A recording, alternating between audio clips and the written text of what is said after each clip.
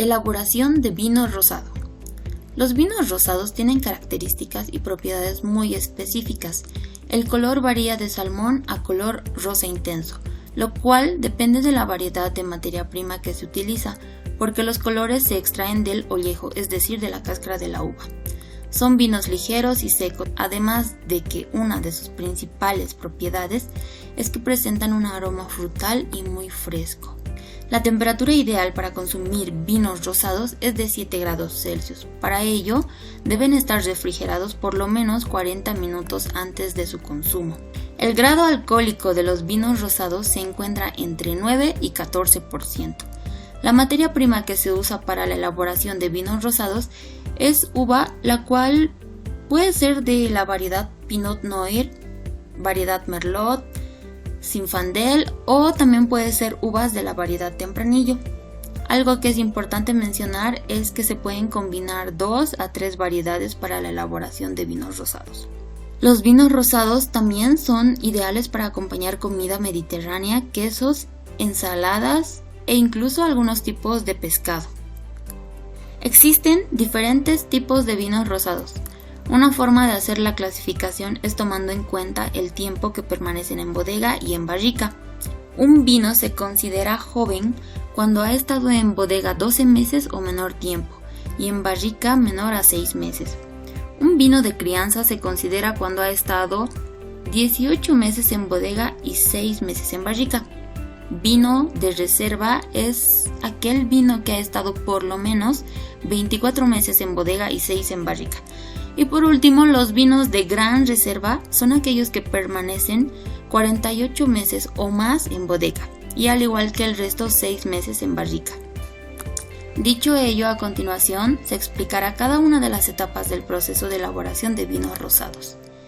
La primera etapa consta de 3 operaciones: la vendimia, transporte y despalillado. La vendimia consiste en la recogida de las uvas en el viñedo y su transporte hasta la bodega. El transporte se debe hacer el mismo día de recolección y la materia prima deberá ser transportada en canastillos, como se puede ver en la imagen, esto para evitar daños físicos o deterioros de las uvas. Luego se hace el despalillado, consiste en la separación de los frutos de las uvas de los raspones. Esta operación se debe realizar antes del prensado. Esto debido a que el raspón contiene mucho potasio y esto puede restar acidez al vino, lo cual provocaría un sabor amargo o herbáceo en el producto final. Además de esto, hay otros beneficios que se pueden obtener al realizar el despalillado antes del prensado. Por ejemplo, que el color sea mucho más intenso. ¿Esto por qué? Porque los raspones absorben los colorantes de la uva. También se puede controlar mejor la temperatura, ya que el raspón es capaz de absorber el calor. En la segunda etapa se encuentra el prensado y la maceración. El prensado consiste en aplicar suficiente presión como para crear una apertura en el ollejo de las uvas. El ollejo, como ya había mencionado antes, es la cáscara, pero este proceso debe ser sin dañar la materia prima en exceso. El objetivo de la operación es que se desprenda la pulpa para que se pueda extraer de manera más fácil los jugos de la materia prima, lo cual llega a ser el mosto para la elaboración del vino. Después del prensado, la siguiente operación es la maceración. En un vino rosado, una vez triturado, el mosto se deja macerar en contacto con la piel por un corto tiempo. Esto depende del tipo de vino rosado que se quiere producir. El tiempo varía entre 8 y 24 horas. Durante este tiempo se extraen una parte de los polifenoles. En esta etapa, el control del índice de color servirá como un indicador. Este indicador prácticamente es del tiempo de maceración que se necesita para el vino final. Es importante mencionar que cuando se trata de vino blanco no es necesario realizar la maceración y en caso de realizarla es un proceso muy breve, a temperaturas muy bajas.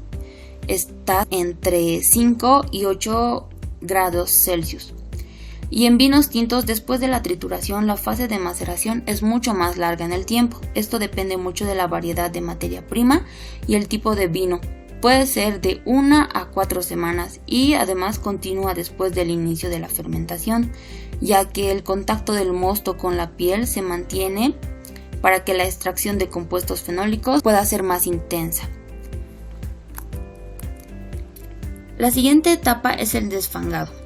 Esta etapa lleva 24 horas. Durante este tiempo se deja reposar el mosto para que los restos sólidos puedan quedar en suspensión y se decanten hacia el fondo del recipiente o los barriles, de tal manera que se pueda obtener un producto limpio y libre de la parte sólida de la uva.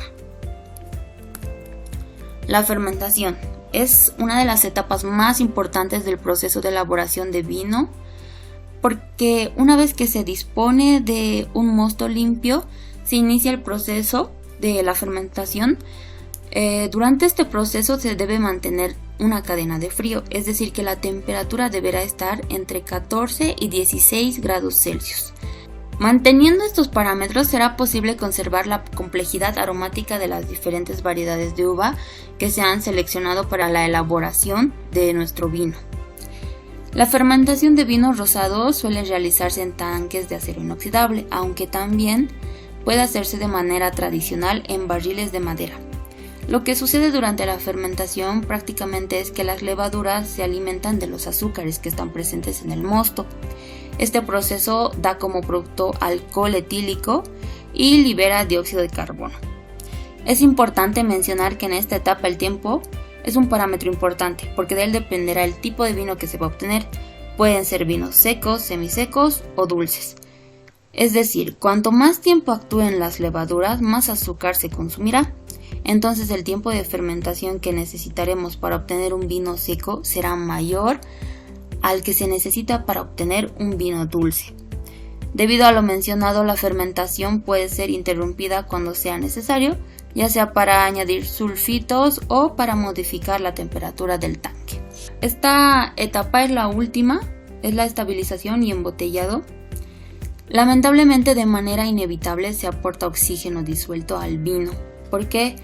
Porque durante las diferentes etapas del proceso se tiene que mover o manipular el producto.